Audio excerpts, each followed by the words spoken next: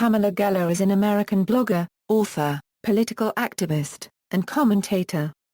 She is known primarily for her criticism of Islam and opposition to Islamic activities and causes, such as the proposed construction of an Islamic community center near the former site of the World Trade Center. Her viewpoints have been described as anti-Islamic or Islamophobic. She says her blogging and campaigns in the United States are against what she terms creeping Sharia in the country.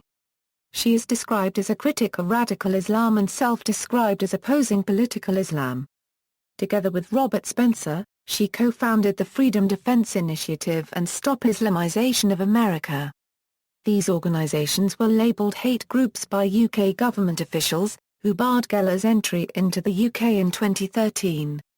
She and Spencer co-authored the book The Post-American Presidency, The Obama Administration's War on America in 2010. Personal life: Geller is the third of four sisters born to Jewish parents Reuben, a textile manufacturer, and Lillian Geller. She grew up in Hewlett Harbor, in New York's Long Island, feeling that she was the black sheep of her family. An underachiever whose parents refused to cover the expenses of her college education. She helped out in her father's business, where she learned to speak fluent Spanish. Two of her sisters became doctors, and the third became a teacher. Geller attended Lynbrook High School and Hofstra University, though she left before completing her degree. She was married to Michael Oshry from 1990 until the couple divorced in 2007, and is the mother of 4 children. As of April 2013 she was living in Hewlett, New York. Career: Geller spent most of the 1980s working at the New York Daily News, first as a financial analyst and then in advertising and marketing. Subsequently she was associate publisher of the New York Observer from 1989 through 1994. In a Village Voice interview, Geller attributed the advent of her political consciousness to the 9/11 attacks. She created a blog called Atlas Shrugs in 2004. The blog gained thousands of readers in 2006 when Geller reprinted the controversial cartoons of Muhammad originally published in the Islamization. In 2007, her campaign against an Arabic-language public school in Brooklyn played an important role in the resignation of its principal, Debbie Armentazer. In 2010 Geller co-founded the American Freedom Defense Initiative organization with Robert Spencer. She also co-authored a book with Spencer, The Post-American Presidency, The Obama Administration's War on America. The book criticizes the Obama administration's treatment of the free market system, freedom of speech, and foreign policy. She is also a contributor to the conservative magazine Human Events. Speaking on jihad at the 2010 Conservative Political Action Conference, Geller criticized the Pentagon's report on the 2009 Fort Hood shooting for failing to talk about the religious motivations behind the attack. Geller, who had spoken at the annual CPAC convention 4 years previous, was forbidden to appear in 2013. Geller attributed her exclusion from the event to her having claimed that CPAC board members Grover Norquist and Sual Khan were members of the Muslim Brotherhood and secret Islamist agents. Reacting to CPAC's decision to exclude Geller, Mark Steyn called her a fearless fighter on free speech, and said that he took the board's action personally. In April 2013, Rabbi Michael White and Jerome Davidson, denouncing Geller as an anti-Muslim bigot, opposed her presentation on Sharia law at a Long Island synagogue, which was eventually cancelled due to security concerns. Israeli journalist Caroline Glick argued that White and Davidson were wrong. Geller opposes jihadists, not all Muslims. In May 2013, the Jewish Defense League of Canada invited Pamela Geller to speak in Toronto, Canada. Initially, Geller was invited by Rabbi Mendel Kaplan to speak at Shabbat at Flamingo. Because Kaplan was a chaplain with the York Regional Police, the police's hate crimes unit stated that Kaplan's invitation conflicted with our long-held position of inclusivity. Kaplan consequently uninvited Geller, and she spoke at the Toronto Zionist Center. She is a supporter of the English Defense League saying, "I share the ideals goal, sir. We need to encourage rational, reasonable groups that oppose the Islamization of the West."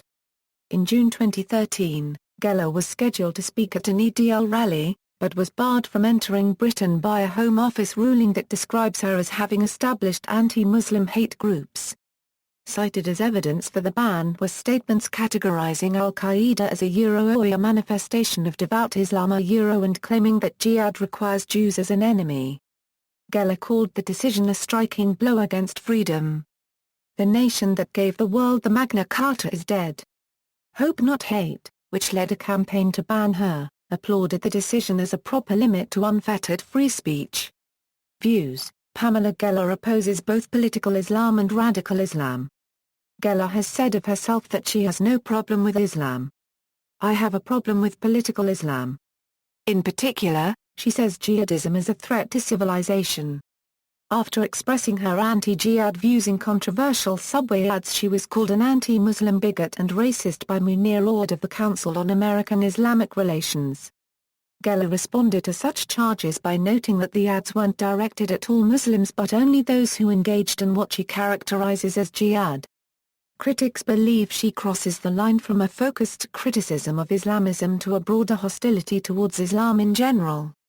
When she called for an official classification of Islam as a political movement, authoritarian and supremacist, as well as a religion, the ADL responded that, while the threat of Islamic extremism is a legitimate concern, such a simplistic initiative fails to distinguish between the general Muslim population and extremists motivated by radical interpretations of Islam. Geller repeatedly denies that she is categorically anti-Muslim. Charles Jacobs says that Geller takes aim at radical Islam, comes to the defense of victims of honor killings, and deals with Islamist antisemitism which the ADL and SPLC fail to address. Geller has said that Islam is the most anti-Semitic, genocidal ideology in the world. She holds the view that radical Islam is a bona fide variant of Islam, which she describes in a number of ways. Muslim terrorists were practicing pure Islam, original Islam. Terrorists don't spring from perversions of Islam but from the religion itself. I believe in the idea of a moderate Muslim. I do not believe in the idea of a moderate Islam. I think a moderate Muslim is a secular Muslim. She quotes the Prime Minister of Turkey, Recep Tayyip Erdogan. There is no moderate Islam. There is no extreme Islam. Islam is Islam. She argues that Islam must be secularized from within. I believe most Muslims are secular. I don't unregistered trademark T believe that most Muslims subscribe to devout fundamentalist Islam by any stretch of the imagination. And we need the secular Muslims to win the battle for the reformation of Islam. In economics, she favors right-wing small government fiscal policies of cutting taxes and reducing budgets. She is socially liberal in her support of abortion legalization and same-sex marriages, but she believes drug legalization goes too far. Gary Weiss writes that Ayn Rand's philosophy of individualism is a major influence in her thought and life. But unlike Rand, Geller is a theist who defends the Judeo-Christian ethical tradition. In her rhetorical style, she shares Rand unregistered trademark's verbal excesses accompanied by a willingness to provoke and offend. In 2008, Geller co-wrote an op-ed for Arutz Sheva, expressing disappointment that fellow Jews are not more politically supportive of Israel. It galls me that the Jews I fight for are self-destructive, suicidal even. Here in America, Israel's real friends are in the Republican Party and yet over 80% of American Jews are Democrats. I don't get it. The conventional wisdom on the left is that Israel is an oppressor and her actions are worse than the world's most depraved and dangerous regimes. Chomsky, Finkelstein, Soros these men are the killers.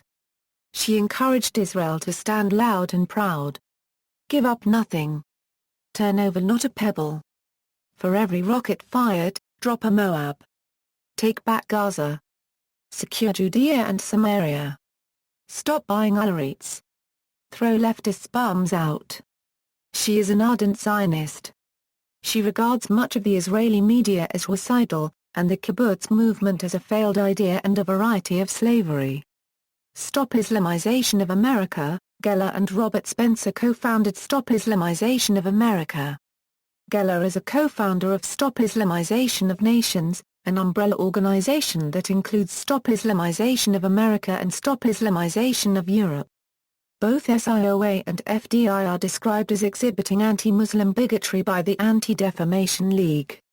The Southern Poverty Law Center classifies them as hate groups. Geller dismissed the SPLC as an Yoruba left organization.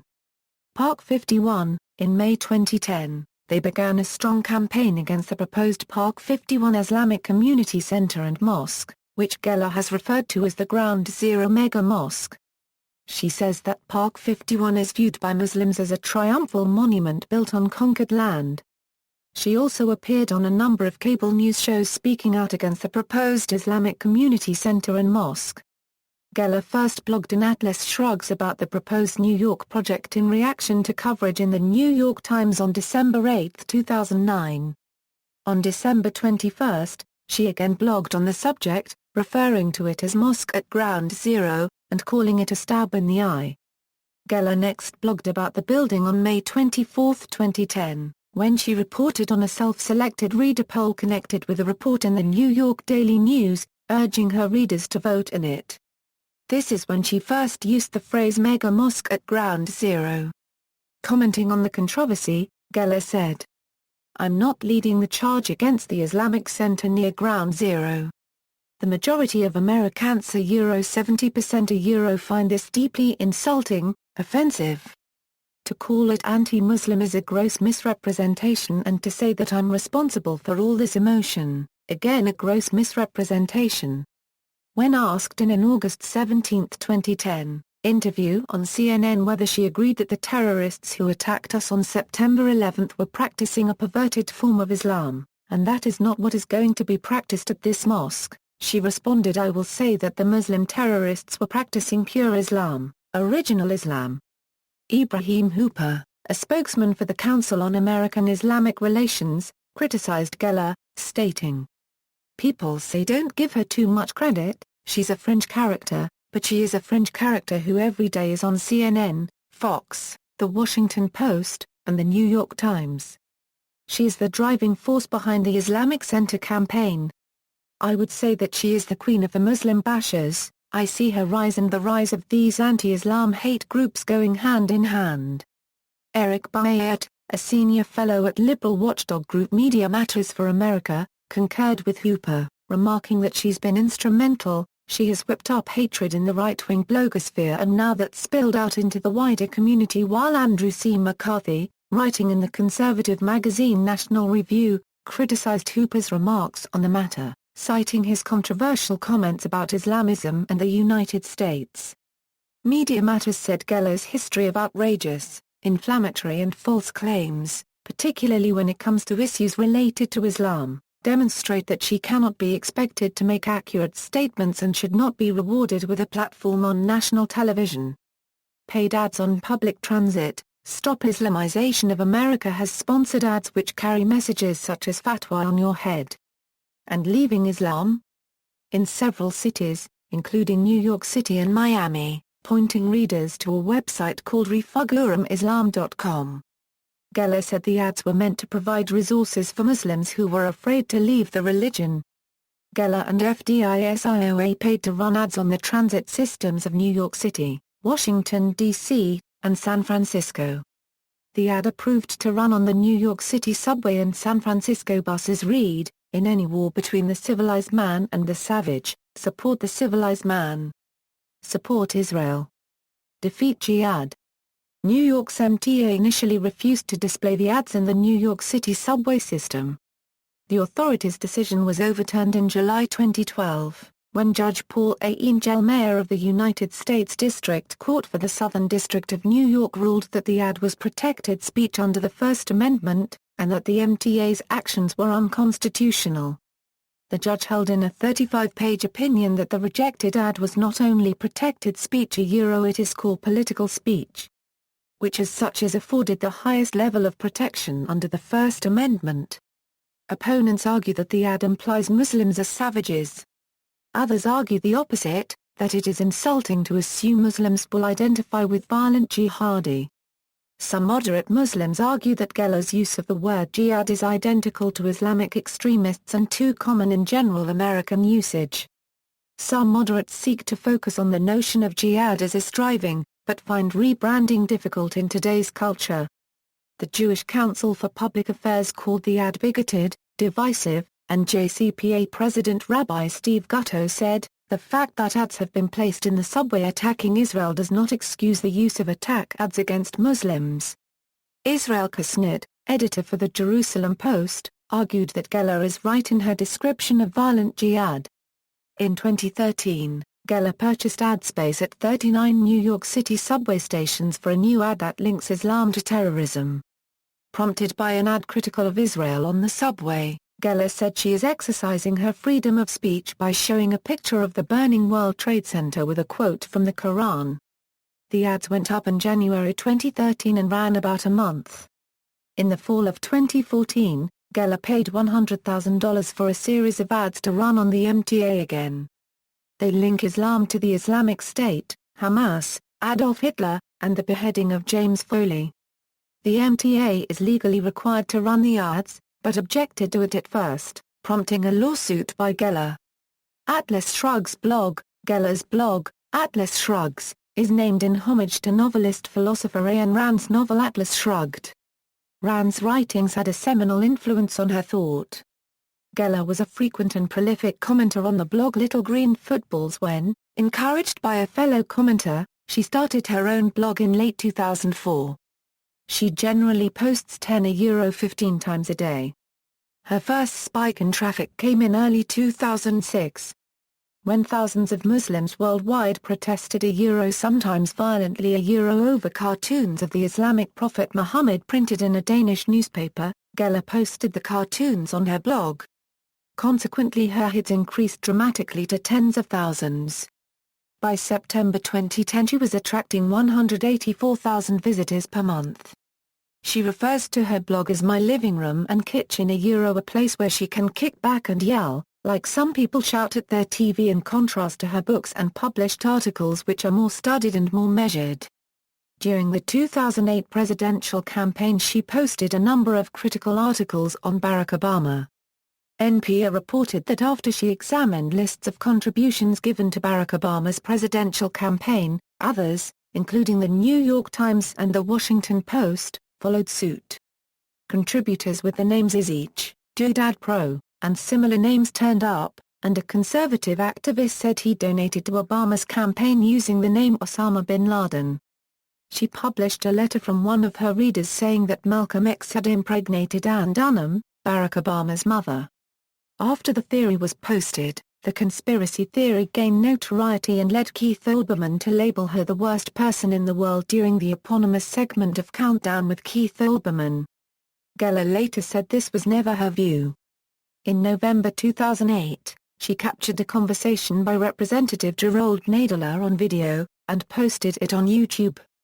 In it, after prefacing his remarks by saying he had no personal knowledge of the matter and his statement was merely his guess, he went on to say that Obama didn't have the political courage to want to make the statement of walking out of Trinity United Church of Christ when he realized that Reverend Jeremiah Wright was a nut and lunatic, because you don't walk out of a church with 8,000 members in your district. After Geller released the video, Nadler said, "I made a thoughtless comment yesterday which does not reflect the way I feel about Barack Obama." Controversial postings on Atlas Shrugs include, Supreme Court Justice Elena Kagan in a mock-up photograph in a Nazi uniform, a video suggesting that some Muslims have sex with goats, and a doctored photo showing President Obama urinating on an American flag. The Guardian claimed Geller defends former Serbian President Slobodan Milosevic and denied the existence of Serbian concentration camps of the 1990s. She denies supporting Milosevic but has expressed skepticism of some accounts of the camps. American journalist Jeffrey Goldberg, who frequently writes about topics relating to Israel and the Middle East, has described Geller as a bigoted blogger, and said she supported South African white supremacist Hugo Neterublanche. Geller has in turn called Goldberg notoriously anti-Zionist and intellectually dishonest, as well as a suicidal jihadi. Geller describes Terublanche as the leader of the noxious and hateful neo-Nazi Afrikaner resistance movement. She maintains there is a genocide underway in South Africa that includes innocent whites who are not racist monsters like Eugene Terublanche. Media response: According to Cord Jefferson, writing in the American Prospect, the media often craves controversy over substance, and paid disproportionate attention to the Park 51 story. Citing Salon writer Justin Elliott as evidence that the controversy was kicked up and driven by Pamela Geller, whose sinister portrayal of the project was embraced by Rupert Murdoch's New York Post.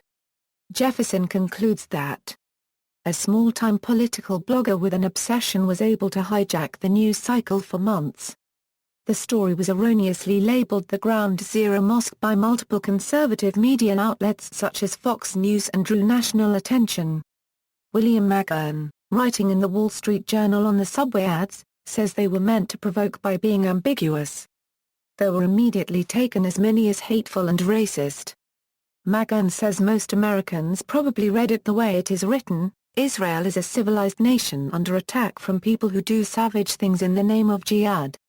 He points out that the word jihad is taken in a benign spiritual sense or as a violent militant sense. He finds the media is too quick to assume the ad is an attack on the religion and all Muslims. The blog has been criticized by Progressive Media Matters for America.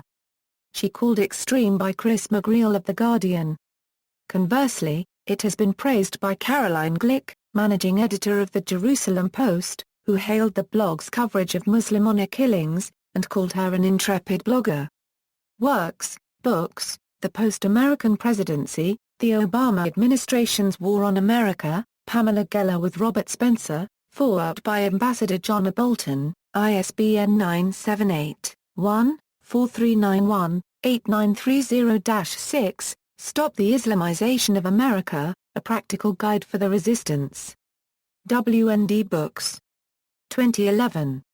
ISBN A9781936488360. Freedom or Submission, On the Dangers of Islamic Extremism and American Complacency, Pamela Geller, ISBN 978-1-484019-65-8, Articles, Why There Should Be Unregistered Trademark to Be a Mosque at Ground Zero, Pamela Geller, Human Events, September 4, 2010, Ground Zero Imam is no moderate, Pamela Geller, Human Events, August 24, 2010, Free Speech Wins a Narrow Victory in New York, Pamela Geller, Fox News, August 12, 2010, see also, Rhea Barry, Stop Islamization of Europe, Geert Wilders, References. External links, www.pamelageller.com, column archive at The American Thinker, column archive at Andrew Breitbart's BigGovernment.com, Freedom Defense Initiative, Stop Islamization of America, Pamela Geller Southern Poverty Law Center, appearances on C-SPAN, Loeb, Jim. U.S. Islamophobes distance themselves from Norway killings. Right Web, tracking militarists' efforts to influence U.S. foreign policy. Institute for Policy Studies and Interpress Service, works by or about Pamela Geller in libraries, Stop Islamization of America report of the Anti-Defamation League, March 2011.